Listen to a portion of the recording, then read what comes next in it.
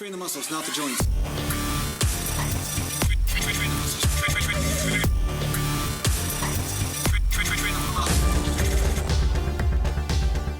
So I know I just made a video on machines versus free weights and why machines sometimes are a good idea, right? And you've seen a million bodybuilders use this particular machine. It's called the Smith machine. Now, back in the day, I didn't really use the Smith machine that often. I was more into just doing the free weights all the time, and I got pretty decent results from free weights, right?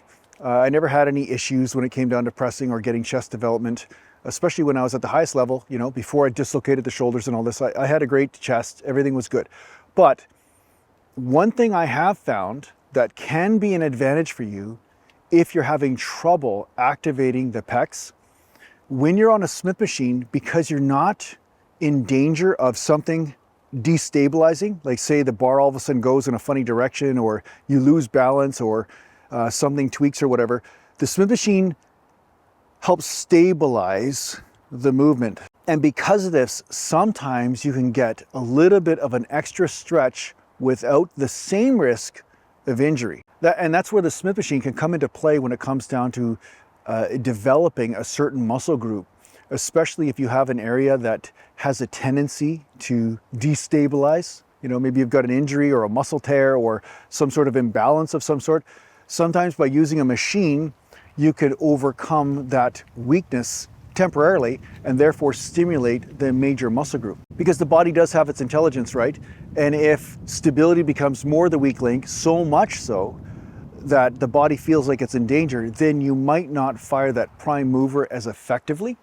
So in this case, that's why I really like the Smith machine. So one way you could do this is that you could have the best of both worlds, right?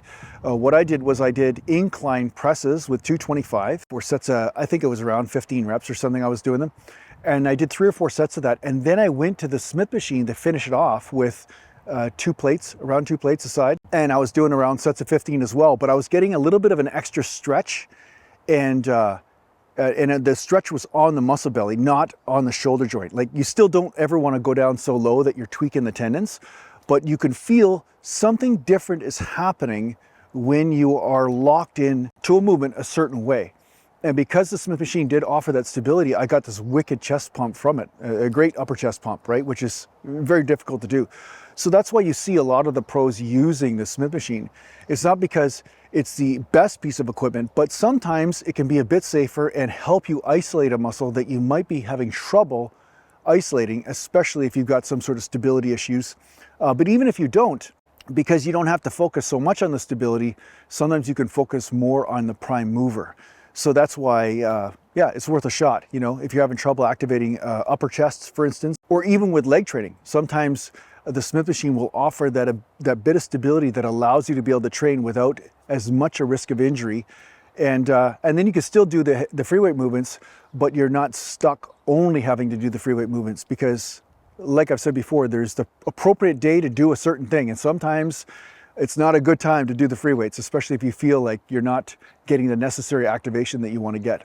Mountain. So yeah, I hope this helps out in your training, guys. Don't forget, hey, use some machines too. Machines also matter.